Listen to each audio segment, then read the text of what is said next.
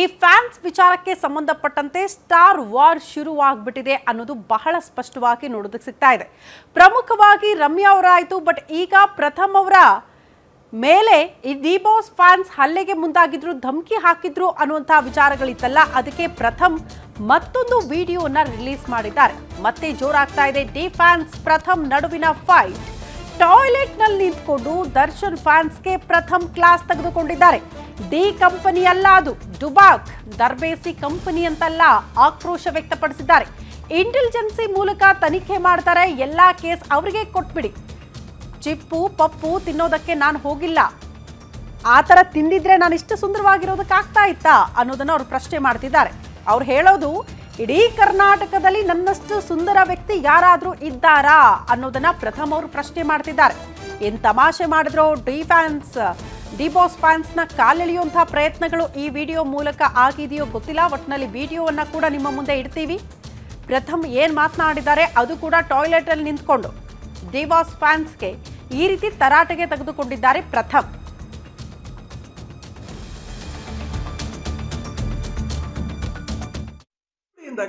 ಎಲ್ರಿಗೂ ನಮಸ್ಕಾರ.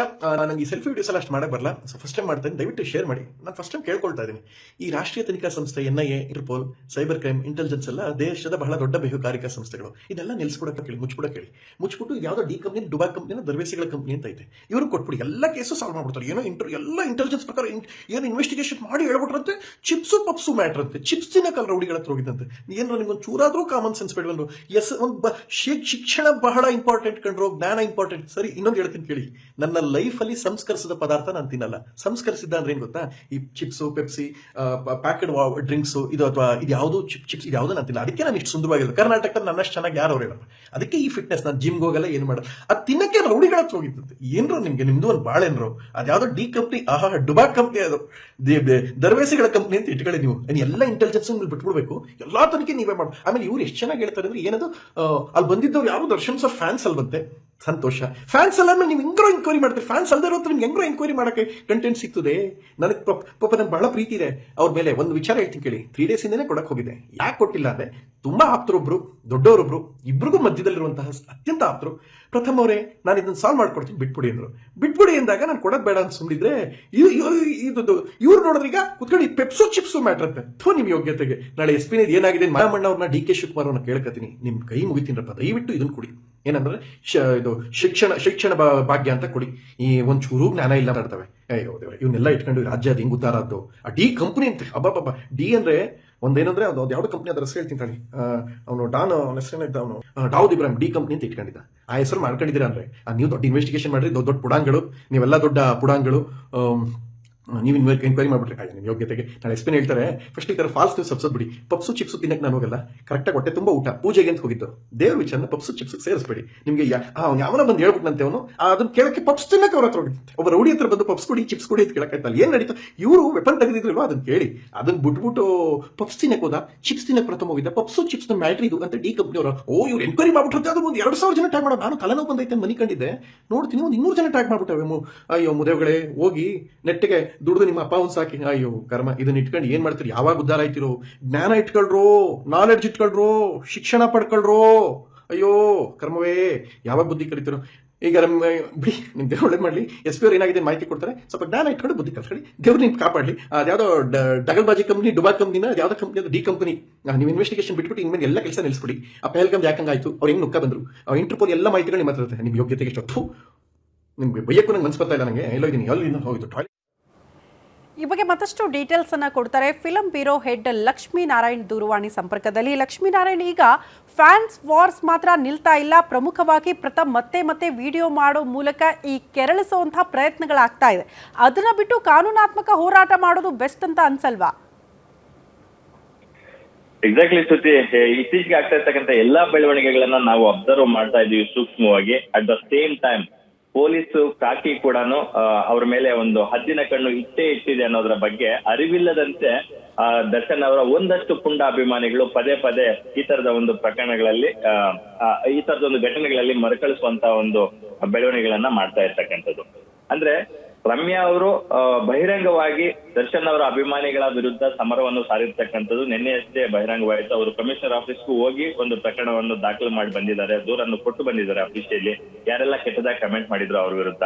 At the same time Ramya ಅವರಿಗೆ ನಾನ್ ಸಪೋರ್ಟ್ ಮಾಡ್ತೀನಿ, I stand with Ramya madam ಅಂತಕ್ಕಂಥ ಪೋಸ್ಟ್ ಅನ್ನು ನಿನ್ನೆ ಪ್ರಥಮ್ ಅವ್ರು ಹಾಕಿದ್ರು.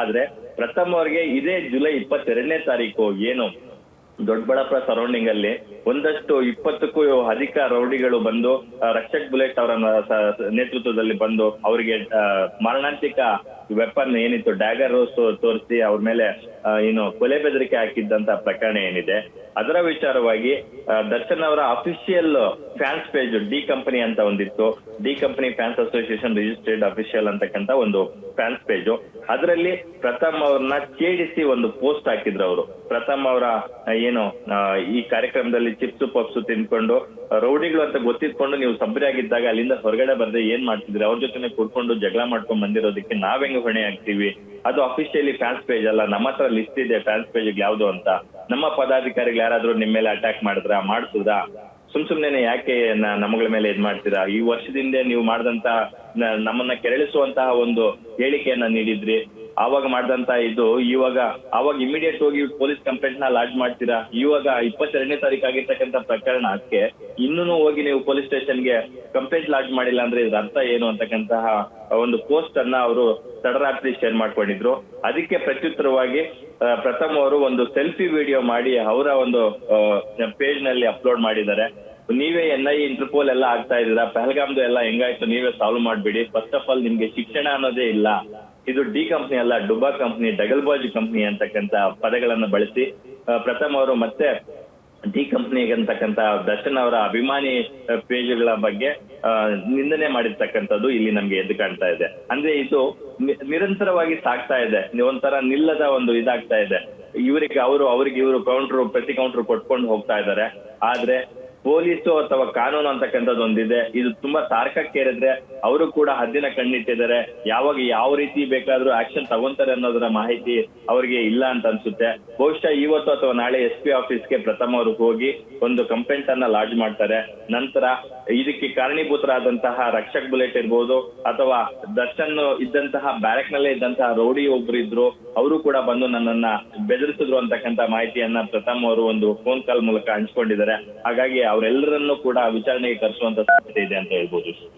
ಓಕೆ ಲಕ್ಷ್ಮೀನಾರಾಯಣ್, ಧನ್ಯವಾದಗಳು ತಮ್ಮೆಲ್ಲ ಮಾಹಿತಿಗೆ. ಈ ರೀತಿ ಒಂದು ಪೋಸ್ಟ್ ಅದಕ್ಕೆ ಮತ್ತೊಂದು ವಿರುದ್ಧವಾಗಿ ಮತ್ತೊಂದು ಪೋಸ್ಟ್ ಈ ರೀತಿ ಹಾಕುವುದನ್ನು ಬಿಟ್ಟು ದಯವಿಟ್ಟು ಕಾನೂನಾತ್ಮಕವಾಗಿ ಹೋರಾಟಗಳಾಗಬೇಕು. ಯಾರೇ ತಪ್ಪು ಮಾಡಿದ್ರು ಕೂಡ ಅವ್ರಿಗೆ ಶಿಕ್ಷೆ ಆಗಲಿ ಅನ್ನೋದಷ್ಟೇ ನಮ್ಮ ಆಗ್ರಹ.